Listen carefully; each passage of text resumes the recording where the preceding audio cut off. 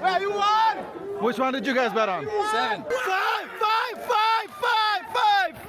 Hello everyone and welcome to the Rite.BET channel.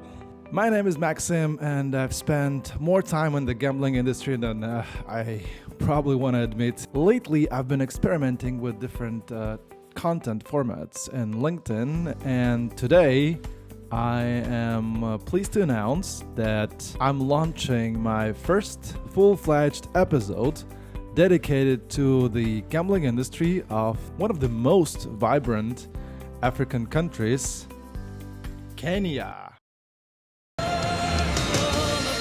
Why Kenya?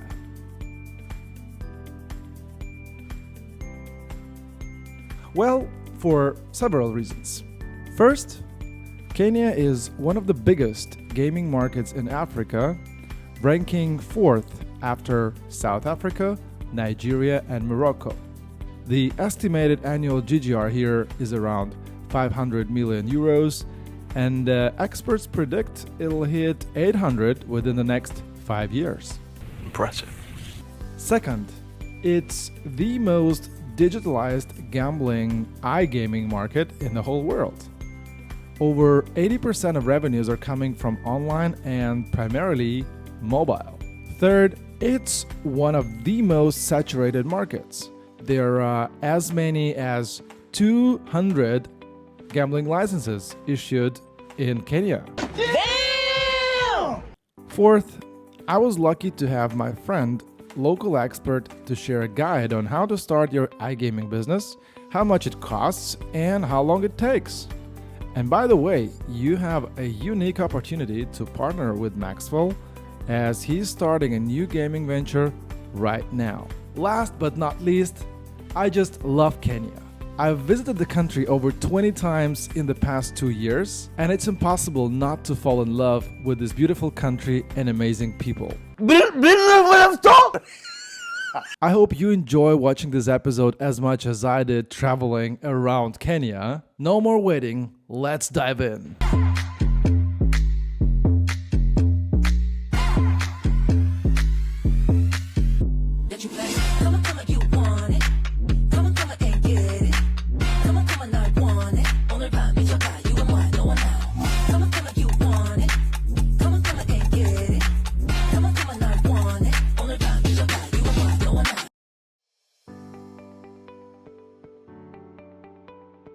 Kenya's gambling industry is heavily online, so betting shops are rare.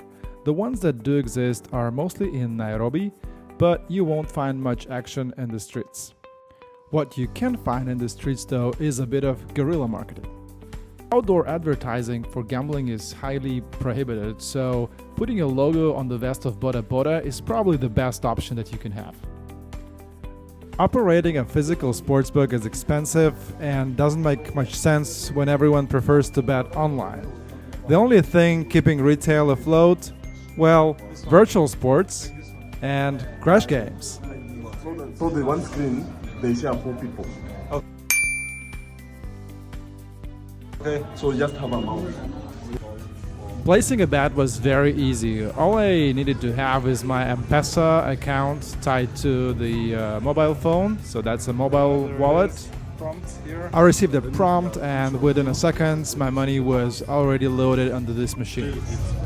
Okay, let's play. Lucky Chrome. You can start playing Twitch. Yeah, good.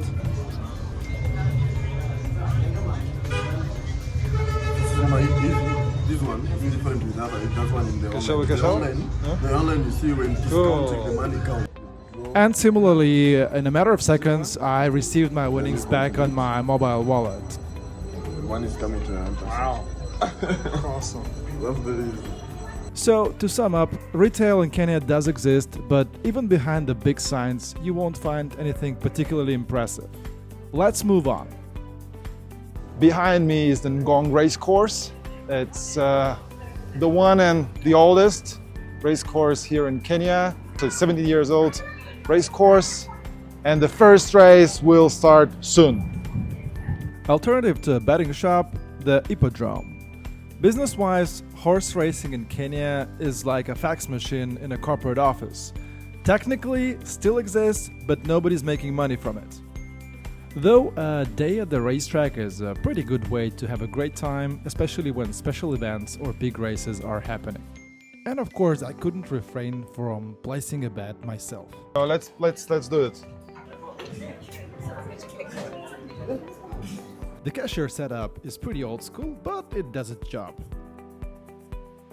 That's my bet. Wish me good luck.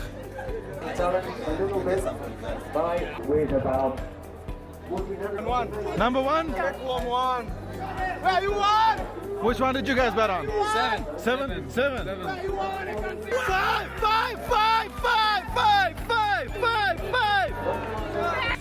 The horse I bet on came second. Unfortunately, I didn't win, but I had a very good time at the Racecourse, and it was a lot of fun. To wrap up this chapter, if you prefer old school gaming, last retail option would be going to a casino.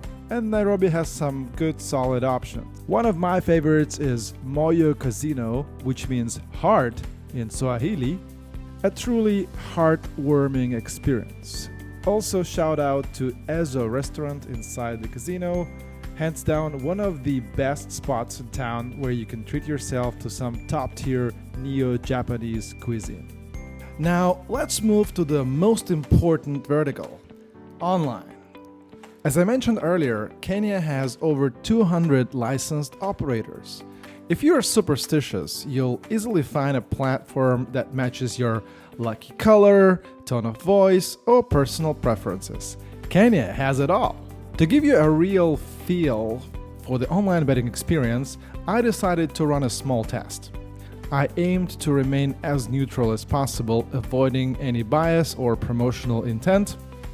So I let the Apple charts do the work and selected one of the most popular based on rankings. As you can see here, Betika ranks 4th, with 1xBet taking 3rd place. However, I specifically wanted to test a platform with Kenyan roots, and that's why I chose Betika. The process is pretty straightforward.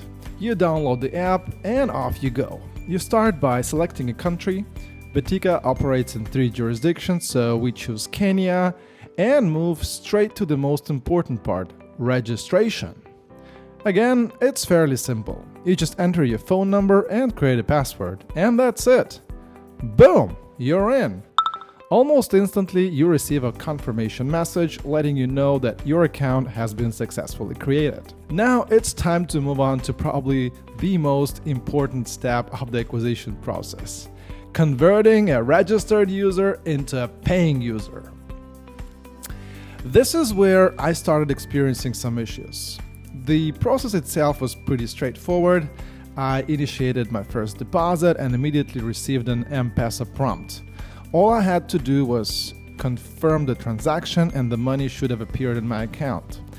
But unfortunately, despite the deposit being initiated, nothing actually happened.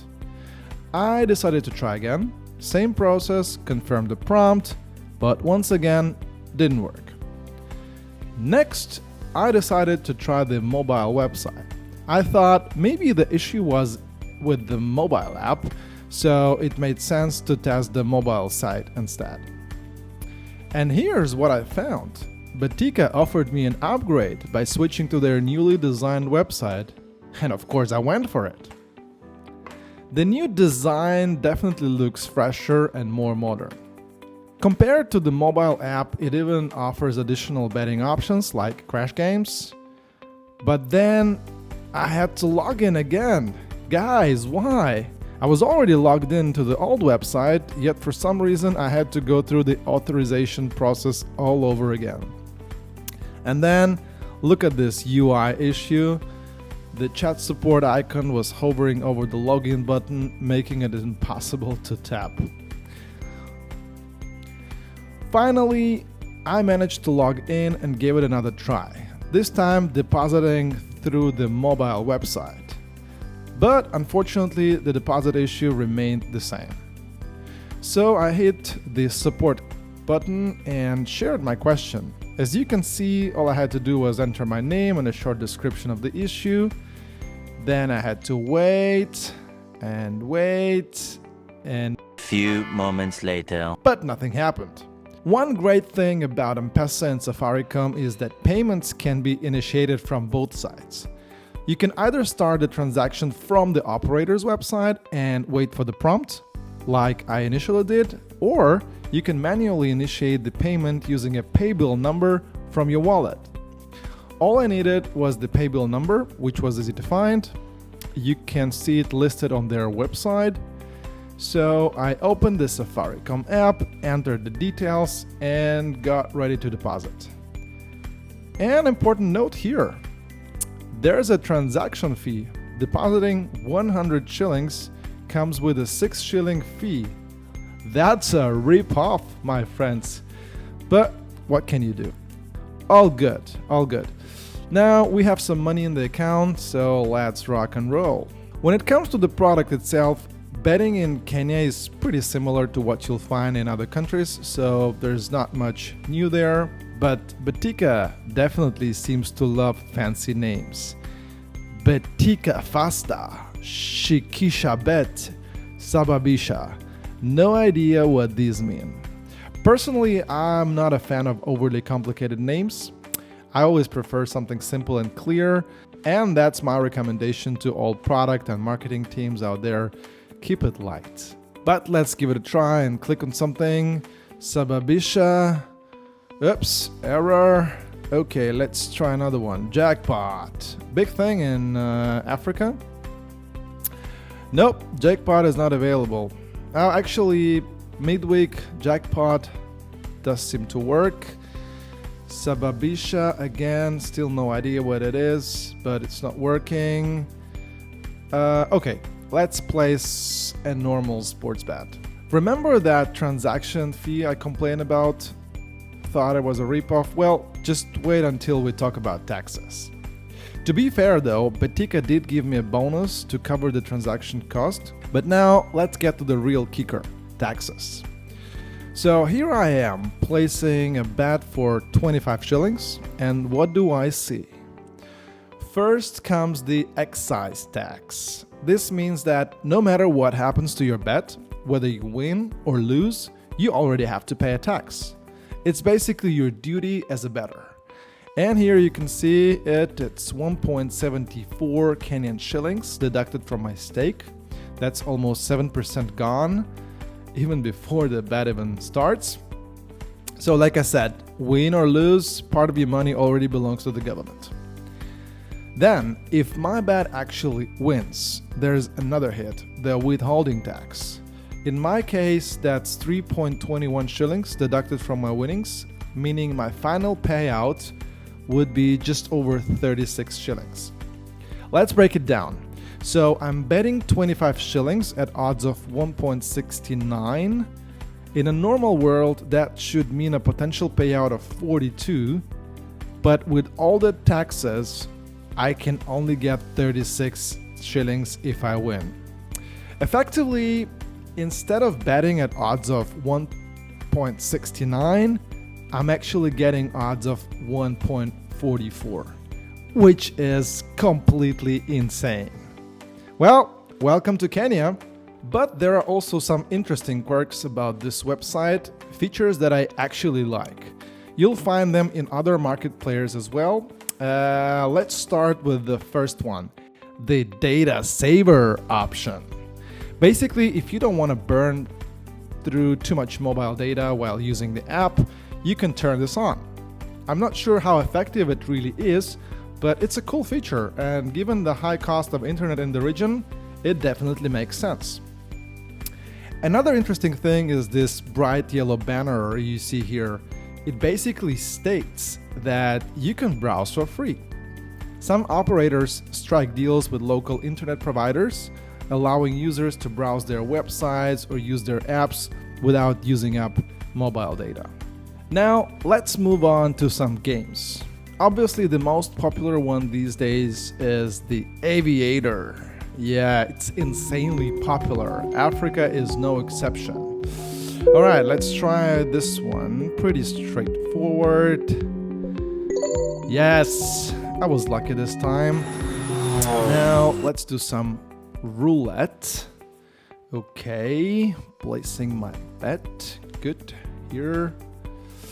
But wait, where to actually spin it? Yeah, have no idea. Probably another UI bug because I just don't see the button to spin the roulette. Oh, and look at this. What do we see here? Our support team is back. Good. 20 minutes after my request, I finally got a reply. Well, maybe they deserve an award for the slowest response time, or as they say in Kenya, pole pole, no rush. But come on guys, it's 2025. There are so many AI tools that can help optimize customer support. Definitely something to improve. Just my recommendation to Betika. Operators in Kenya rely heavily on SMS notifications. You get a message for pretty much every transaction. And as you can see here, I just received a notification. My bet has won. Now let's go to my profile and withdraw. The process is fairly simple. I just enter the amount I want to withdraw and boom, the money almost instantly goes back to my electronic wallet. No transaction fee this time, which is a nice surprise.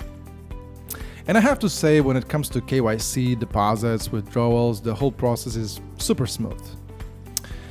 So final thoughts, despite the outrageous taxes and transaction fees, registering and placing bets was very easy and seamless. And now we move to the final part of the video. For those who are looking to start a business or want to learn how to run an iGaming operation in Kenya, it's time to hear from our expert.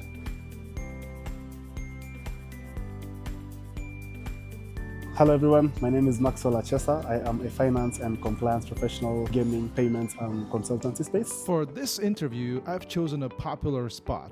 Another great recommendation for anyone visiting Nairobi Street Kitchen. But before we dive into the serious questions, let's start with something light. Maxwell, which sports and teams do you support? I'm kind of torn between rugby and football, but I support Arsenal in the football space. I'm also a very big fan of rugby. I support the Kenya Sevens team and the All Blacks. The process of getting into this business, first of all, starts with you obtaining a license from the regulator, which is the Betting Control and Licensing Board. The first step, incorporate a company that will then be used to apply for this license. There's a checklist for the incorporation of a company, your basic KYC documents like your ID, your national passport. There are forms that you're going to fill to incorporate the company, and then there's an application fee that you're going to pay. This process, together with reserving a name at the Register of Companies, and then going further to reserve a name at Kipi, and maybe earmarking a special mark or logo that will be used for your brand. You're looking at a cumulative about $1,000 process, give or take. And then you move on to the second stage, which is now getting onto the BCLB requirements. There's a checklist of requirements given by the board, which is about 25 items. So once you're done with stage one, there's about 7 steps that you have already completed. The second stage is more specifics to the business, where you are looking at things like the statement of value addition. You're looking at things at the model of operation for the business. You want to tell the board, are you going to launch an online betting business? Are you going to launch a retail betting business where you'll have several shops in the market? The board will go ahead and go through this checklist once you've done your submission, and then they'll do a due diligence on the shareholders and the directors of the company. This process will take tentatively 3 to 6 months, depending on the number of foreign directors and shareholders that you have, or the number of local directors and shareholders that you have. The final stage is the board reviewing the application altogether, and then sending you letters of instruction to pay for things like the fiduciary insurance, things like the cybercrime insurance. And then once that is done and completed and they're satisfied, they'll issue the license to you to launch the business in Kenya. Tentatively, you're looking at a process that will take about 3 to 6 months. One of the key things that will be required at stage 2 is you need to show an evidence of capital, or rather evidence of available funding.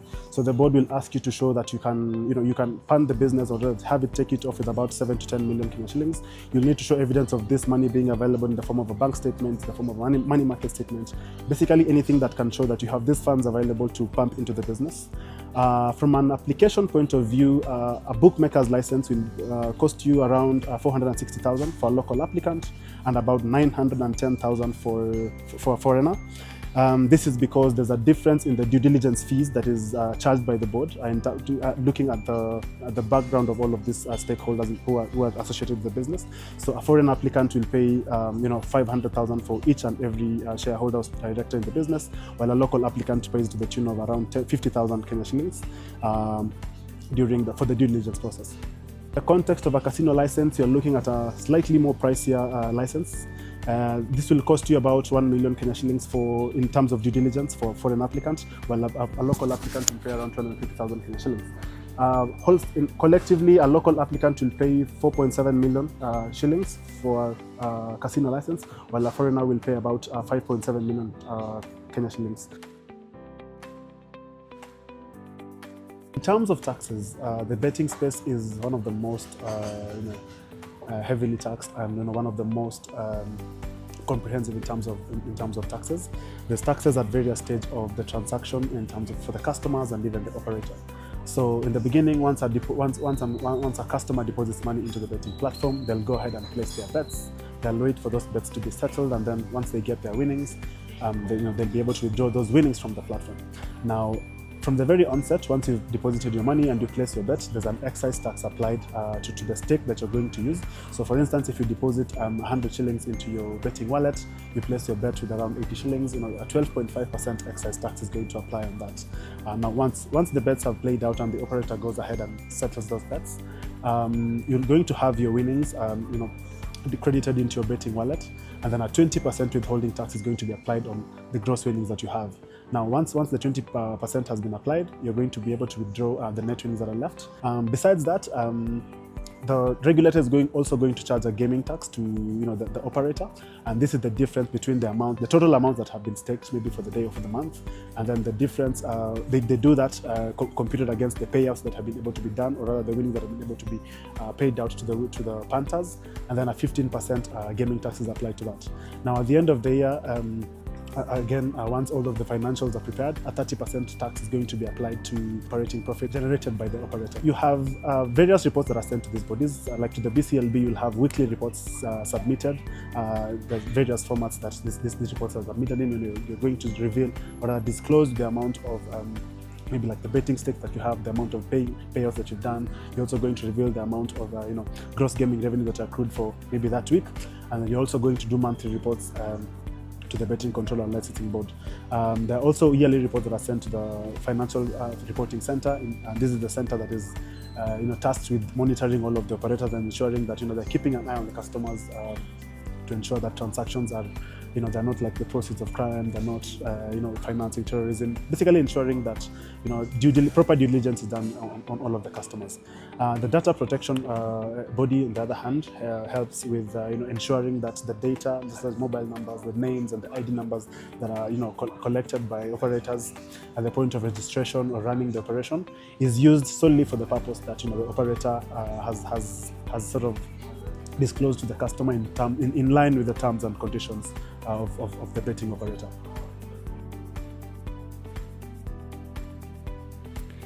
We finally reached the end of this episode, and first of all, I would like to thank Maxwel for providing all the insights and all the knowledge about the gambling industry in Kenya, how to open your iGaming business. And I want to remind everyone, if you are interested in launching business operations, iGaming operations in Kenya, reach out to Maxwel. Maybe you will become his partner. What did we learn today? Well, Kenya is truly a fascinating market, and it has tons of competition. It's very online driven, and it's pretty difficult tax-wise. Still, it's a very promising market, and more licenses are being issued there every month. Thank you very much for being with me today, watching this video. I would very much appreciate if you could leave some comments and share your thoughts. What do you think about this video? What was it that you liked? What do you think I can improve? And I will try to shoot more videos. And as they say in Kenya, kwaheri.